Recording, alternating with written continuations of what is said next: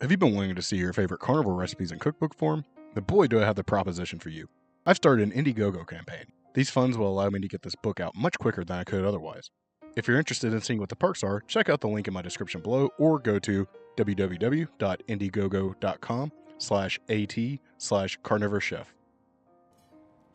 Hey there, my meaty friends. This is Reed, aka You Say the Rest at Home. That's right, CarnivorousChef. Have you ever had a Cuban sandwich? I remember the first time I had one because I was obliterated at a bar that served food. Somehow I managed to order this, which I don't really remember doing. But what I do remember is being blasted back into a sober state by how good it was. Buttery, crispy, and tangy with a pile of pork and cheese. What could be better? Now, I had to make some compromises like I usually do with this diet. So, crispy just wasn't going to happen. I've tried to crisp up this bread recipe plenty of times now to no avail. There's just too much moisture. But that's not to say I can't have all the good components of the sandwich still. Like this pork loin. This one is about 4 pounds and has a really nice fat cap on it. This will definitely stay on whether or not you're making this carnivore. I went with some smoked salt.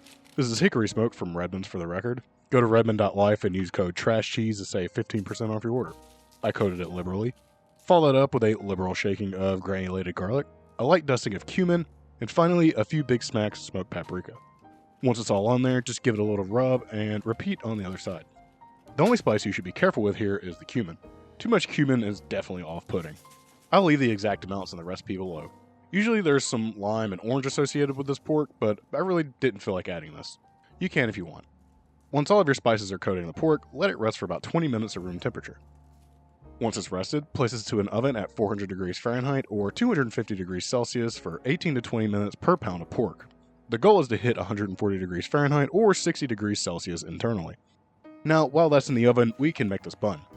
If this recipe looks familiar, that's because it's the same one as my Wendy's Baconator video. It'll also be linked down below.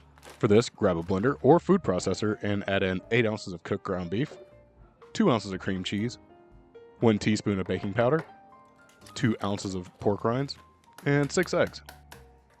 Blend until it looks like the chunkiest chocolate shake you've ever seen. Go ahead and get this out of the blender because it will start to firm up a little and will be difficult to clean later. So really the next step should be to clean your blender.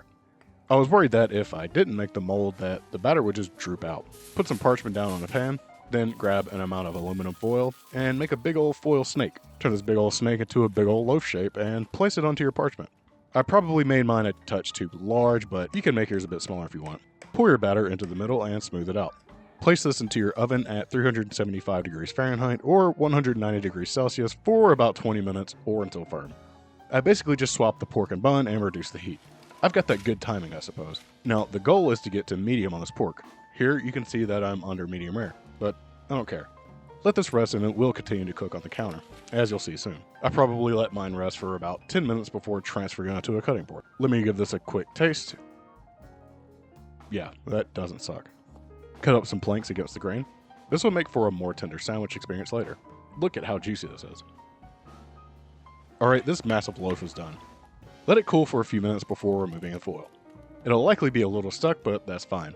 The hardest part of this recipe for me was splitting the bun, but if you make individual sized buns that are smaller, it should be much easier. Once split, add on some optional mustard to both sides. Follow it up by shingling on your pork loin. Add as much or as little as you want. Next up, keep the pork train rolling and top that with some Black Forest ham. You should be able to get by with a single row of this. It's there to accent the pork loin, really. If you could see through this cheese, that means that we're going to be using some Swiss. Again, add a single layer and it should be more than enough. Now that everything is on there, let's get this back into our oven or broiler and allow the cheese to melt. Mine went for about 7 minutes. Now that it's out, let's top this with our final and optional ingredient, which is thin sliced pickles. Give it its cap and admire the sheer girth of this. Well, it looks okay from the outside, but the cross section is what's going to make it outrageous. I feel outraged after seeing this. Here's a closer shot of it before I take this first bite for my Patreon community. I forgot to record me taking the first bite, but I don't have a problem taking another. This is not a perfect representation of a Cuban sandwich, but it's definitely a tasty representation. If you want to try to panini press this bad boy, go for it. You can be a perfect representation for this channel by liking the video and subscribing with notifications on.